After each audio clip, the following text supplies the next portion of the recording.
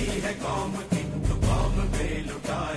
Hind to all the amazing learners. Welcome to your online sessions of history. So dear student, as you know, we are presently on chapter number 3, Nationalism in India, and we have covered much portions of this chapter. So in the last class we started the topic of towards civil disobedience movement, right? And in today's class we will study about the further more points under the civil disobedience movement, as I promised you in the last lecture. In today's session we will see how participants saw the movement, what was the attitude of people in the rural areas as well as the urban areas towards the civil disobedience movement. They wanted to participate willingly or not, what was their contribution. We will see all these details in this, and then we will study about point 3.3, that is the limits of civil disobedience movement. मतलब कि civil disobedience movement जब launch हुआ तो उसमें क्या क्या दिक्कतें आई गांधी जी को, बहुत सारी दिक्कतें थी, हिंदू मुस्लिम में यूनिटी नहीं हो पा रही थी, फिर एक और डिप्रेस क्लास एसोसिएशन फॉर्म हो गया था, मतलब कि जो पीपल जो लोअर स्ट्रेटा ऑफ सोसाइटी को बिलोंग करते थे, जिसे कि हरिजन्स बोला जाता है, जो गांधी जी ने नाम दिया था. And also there was a round table conference in which B.R. Ambedkar participated, and he asked for a separate constituency, separate electorate for the depressed class through British government, and British government offered that. So together, all what were the drawbacks or what were the problems which was faced by Gandhi ji in the civil disobedience movement. We will study all about that in this topic.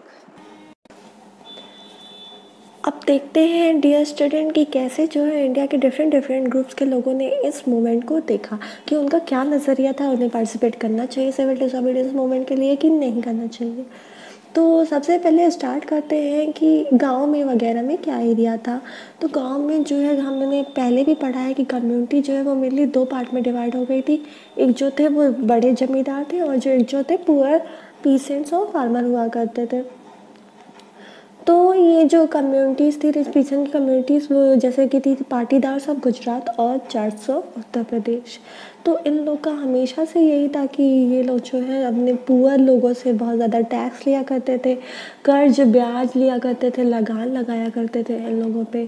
पर ये लोग जो है civil disobedience movement को अपना पूरा support provide करते थे. क्योंकि ये चाहते थे कि जो है इंडियन की सरकार, इंडिया के जो भी लीडर्स हैं, इंडियन नेशनल कांग्रेस इसके लीडर्स हैं, वो सरकार के पास, मतलब कि ब्रिटिश गवर्नमेंट के पास उनके मांगों को लेकर जाए, उनके लिए जो है लगान वगान वगैरह का रेट कम कर दिया.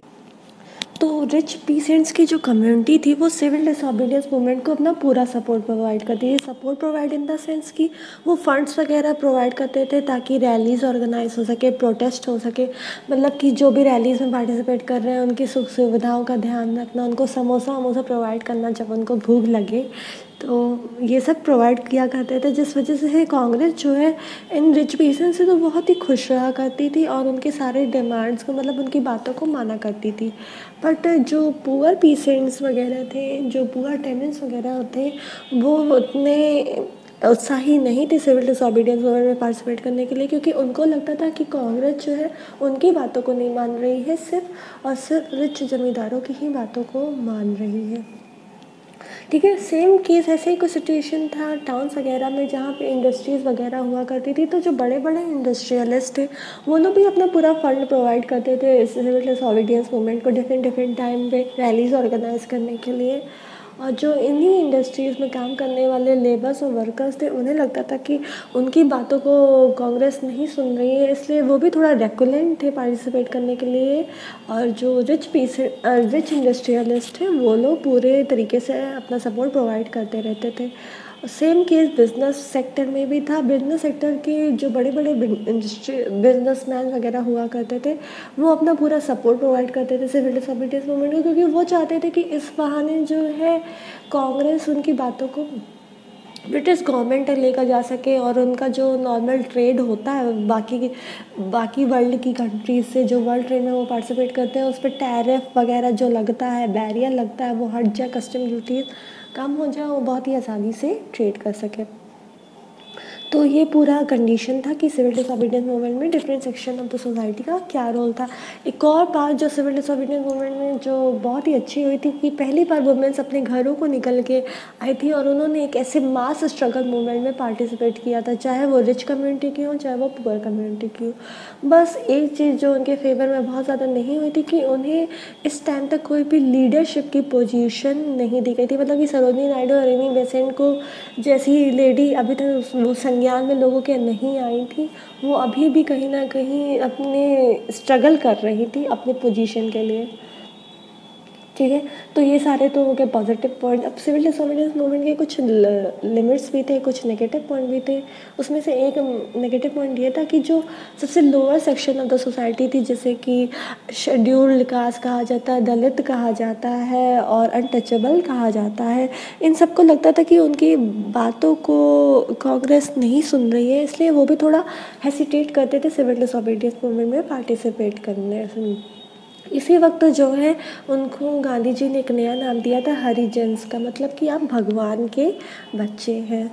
तो अनटचेबल्स जो है फिर भी जो है बहुत ज़्यादा नहीं सेटिस्फाइड थे कि उनको अपर कास्ट जो है प्रॉपर पोजीशन दे रही है कि नहीं, उनको पार्टिसिपेट करने के लिए दे रही है कि नहीं। इसलिए उन्होंने बी आर अम्बेडकर के लीडरशिप के अंतर्गत एक सेपरेट इलेक्टोरेट की डिमांड की। ठीक है, तो सेपरेट इलेक्टोरेट अगर हम जनरल भाषा में बोलें तो ऐसा कुछ होता है कि एक पूरी कॉन्स्टिट्यूंसी जो है पूरा एरिया डिवाइड हो जाता है, जहाँ पे जो इलेक्शन में खड़े होने वाले नेता होते हैं वो भी उसी पर्टिकुलर सेक्शन ऑफ सोसाइटी को बिलोंग करते हैं, और जो वोट करने वाला पूरी सोसाइटी होती है वो भी एक particular section of the society को ही बिलोंग करती है। तो इस चीज़ के बारे में गांधी जी को बहुत ही बुरा लगा कि नहीं, अगर सेपरेट इलेक्टोरेट क्रिएट होगा तो हमारे इंडिया के और टुकड़े हो सकते हैं।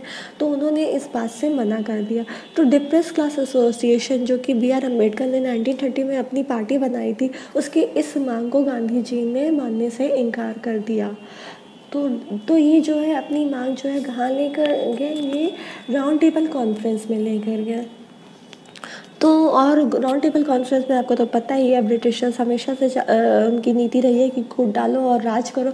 तो ब्रिटिशर्स ने डिप्रेस क्लास एसोसिएशन के इस डिमांड को वैलिड कर दिया, कहा कि आप इंडिया में जाके ये सब कर सकते हैं। पर जैसे ही ये बात गांधी जी को पता चली, वो यहाँ पे आमरण अनशन पर बैठ गए, मतलब कि उन्होंने फास्ट टू डेथ किया और बी आर अम्बेडकर से ये विनती की कि वो ऐसा कुछ भी सेपरेट का जो भी उनके माइंड में विचार है उसे त्याग दें। तो बी आर अम्बेडकर वो गांधी जी की इज्जत करते थे और फाइनली वो एक मध्यस्थता की बात पे एग्री हो गए, और वो मध्यस्थता था पूना पैक्ट ऑफ सितंबर 1932। इसमें जो है उन्होंने कहा, बी आर अम्बेडकर ने कहा कि ठीक है, हम जो है सब्जेक्ट इलेक्टोरेट नहीं मांगेंगे, और गांधी जी ने प्रॉमिस किया कि ठीक है, इसके बदले हम आपको जो है जनरल इलेक्शन जो भी होंगे उसमें कुछ सीट वो डिप्रेस क्लास के लोगों को के लिए रिजर्व करके रख देंगे। ठीक है, तो ये तो हो गया डिप्रेस क्लास की बात। दूसरी बात ये थी कि मुस्लिम और हिंदूज के बीच में जो टेंशन थी, वो जो खाई थी वो बढ़ती ही जा रही थी, वो कहीं ना कहीं थमने का नाम नहीं ले रही थी। इसलिए इस बीच में खिलाफत कमेटी जो हमने देखा था, नॉन कॉपरेशन मूवमेंट में पार्टिसिपेट किया था, वो भी एग्री नहीं हुई सिविल डिसोबीडियंस मूवमेंट में पार्टिसिपेट करने के लिए, और एक सेपरेट नेशन का डिमांड जो है वो ऑलरेडी शुरू हो चुका था मोहम्मद अली जिन्ना के द्वारा, जो कि मुस्लिम लीग के उस वक्त लीडर थे। So dear student, this was all about the civil disobedience movement which you need to study in this chapter 3.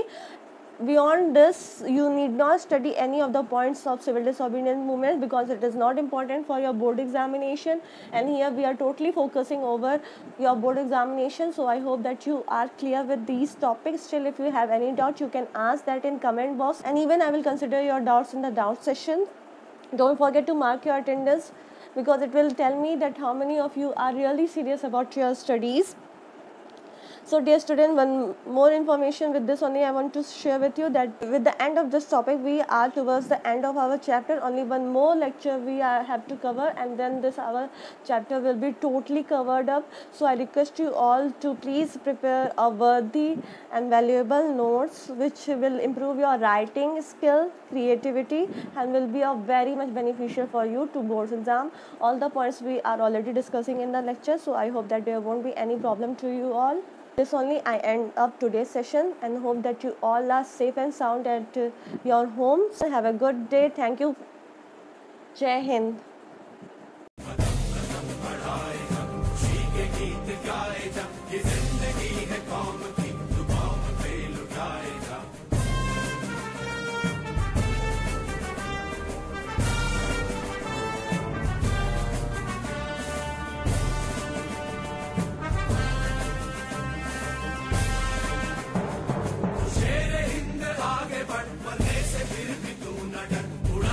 दुश्मनों का सर